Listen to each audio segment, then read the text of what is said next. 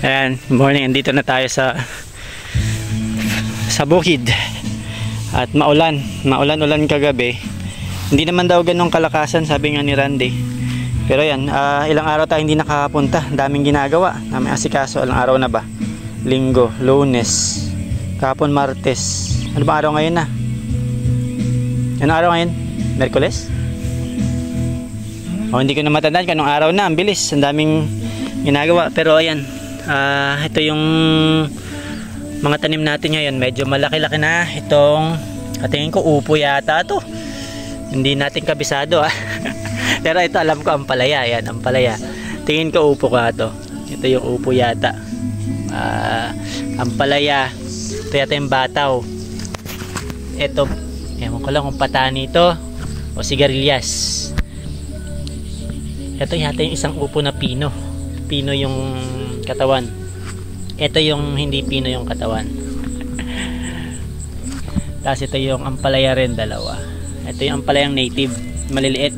Ito mataba, napakataba nito Ang galing naman. Tapos ito pa. Yan. Ito rin yung taba na. Ampalaya at yun na lang. Gumagapang na. Kailangan ko pala ito lagyan na ng balag. Tapos yung ating kamatis, medyo problemado ako dito, namamatay. Mamatay yung kamatis natin. May bulaklak na nga pero ito nanguluntoy. Ewan ko kung inabot ng spray o may peste tayo. So yan, tingnan natin kung anong nangyari dyan. Ito yung pinaka, so far itong dalawa yung pinakamalaki. Nangalanta rin yung dahon. May bulaklak na rin. Pero ito namatay. Ayan, fungus yung pumatay dyan. So may namamatay tayo. Sayang naman. Ayan, maraming namatay na kamatis. Fungus. Ayan yung lahat ng butas na wala ng kamatis, namatay lahat yan. Ayan yung fungus. Ito rin. Namamatay. Malaki na. Isa, dalawa, tatlo. Malaki na pero mamamatay yan. Dahil nga dun sinasabi ko sa inyo. Ayan dito kasi yan Yan yung indication. So mayroon ng fungus yung lupa natin. Kailangan bumili ng fungicide. Ay, sayang. So kailangan na ng fungicide talaga. Pero itong sili, ito yung siling labuyo. Ayan, malalaki na rin. Tuloy-tuloy naman sila sa pagtubo, hindi naman namatay. Maliit pa, namulaklak na. Ayan, siling labuyo to mulaklak na kaagad.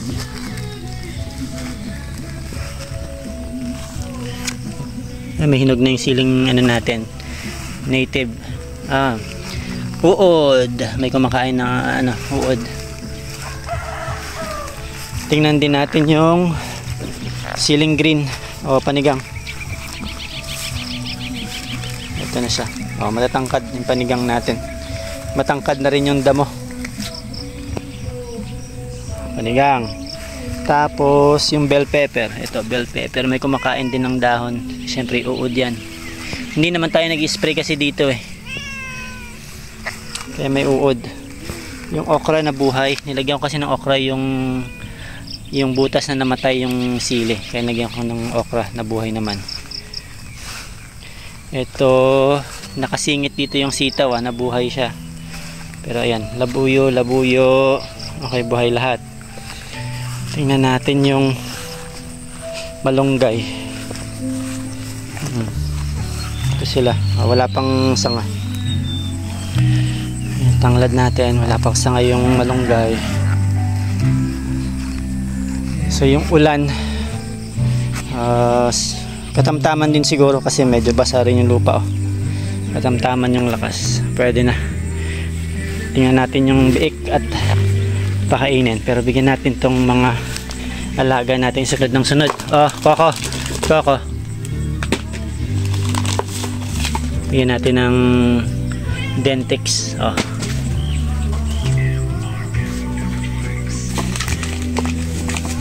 Tag-isa kayo. Ayan, mamitas tayo. Andito si Vic. Pakawalan kaya natin siya, Randy. Nilalangaw yung sugat niya. Kawawa naman tong Vic natin. meron siyang sugat na mga butlig-butlig. Ewan ko kung ano nangyari dyan. Pakawalan natin. Subukan natin kung... Dick, sama ka dito sa amin sa gitna. Sama ka sa amin. Halika. Ka. Baka nilamok siya, oh. Halika na, Dick. Sama ka sa amin dito. Dick, Dick, Dick. Ka. Ka. Sama natin si Vic. Yan, pinakawalan natin si Vic. Yan, sumasama sa amin. Kawawa din naman doon kasi doon na lang siya nakatali palagi. Kaya gusto ko rin na makaikot-ikot siya. So ayun, sumama dito. Okay naman yung panahon eh, hindi mainit kaya hindi siya maaarawan. So sakto, makulimlim. Ito yung magandang panahon. Ito yung hinihintay natin, makulimlim na umaga, mabasa-basa dahil nga sa ulan na magdamag o gabi o ambon buong magdamag. Hindi naman daw malakas yung ulan na yun eh. Pero pwede na kasi nabasa yung lupa, oh. Yan, oh, basa yung lupa. So ito yung gitnang bahagi ng talungan natin dito. Andun yung kubo, ayun yung nasa unang parte. So pitas natin ngayon. Mitas tayo ng bunga. Dito natin unahin sa dulo. Ayun, nandun na si Biik. Kakatuwa naman dahil nakalaya siya. Kumbaga susunod-sunod siya. Eh nag-aalala ako dun sa sugat niya.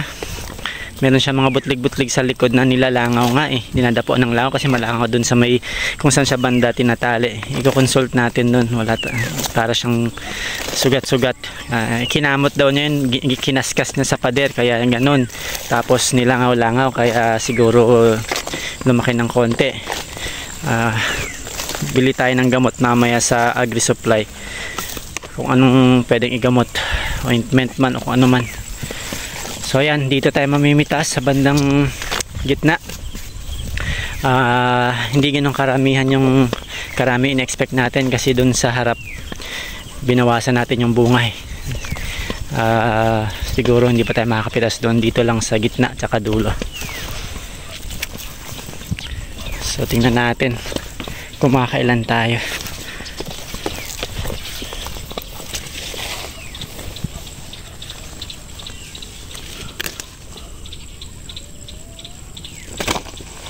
Papansin nyo yung mga alaga natin, sumusunod yan, pati pusa, aso.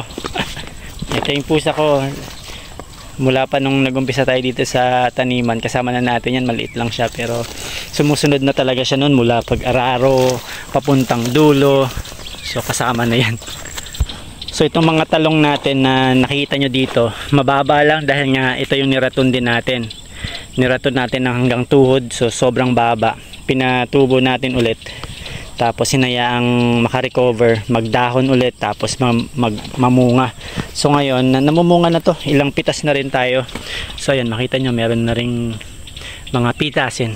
So, dito tayo mamimitas ngayon. Ayun si August. O, ayan, kasama natin si August. Yan, mamimitas din si August ngayon eh. Sitaw. So, huling pitas niya yata ngayon ng sitaw. Ito yung kanyang sitawan. Katabi natin yan si August. Yan. So, eto, may nakuha tayong talong. So, torta size, hindi malaki ang mga talong natin ngayon. Yung isang dangka lang ang haba. Pang torta size lang talaga, isang itlog, kasya na. So, yan yung ating pitasin. Pero so far, walang butas ha. Very good to. Okay. So, yan ang gagawin natin ngayon. Mamitas ng ating talong. Ayan. So alam mo ito, tingnan natin. Aba, very good. So yan, pitasin na yan. Maganda, walang butas. Okay, ayos. So abangan natin kung makakailang kilo tayo mamaya. Pero ayan, so ito yung magandang panahon dito sa bukid. Yung umulan ng gabi, tapos mabasa yung lupa, mabasa yung tanim, walang araw kinaumagahan, madilim yung langit, wala yung araw. Syempre, parang nagsawa tayo sa araw. Ang init kasi. Ang hirap magtrabaho ng mainit. Kaya itong makulimlim, napakasarap sa pakiramdam. Tapos umaga, nandito ka sa bukid, maririnig mo lang yan, tunog ng ibon. Kulisap. Walang mga sasakyan. Malayo sa syudad. So, priceless. Napakasarap sa pakiramdam. Pero ayan, salamat sa pagsubaybay. Nag-update tayo. Abangan nyo ulit ang mga susunod nating video. Siyempre, laging patungkol dito sa ating taniman. Kung meron kayong mga tanong, questions about sa pagtatanim, ang mga ginawa ko, hindi ako expert pero ito, inaaral sa bawat araw na meron tayong natututunan, baon natin para sa tuloy-tuloy na pagtatanim. So ayan, maraming salamat sa inyong panonood. Hanggang sa susunod nating video.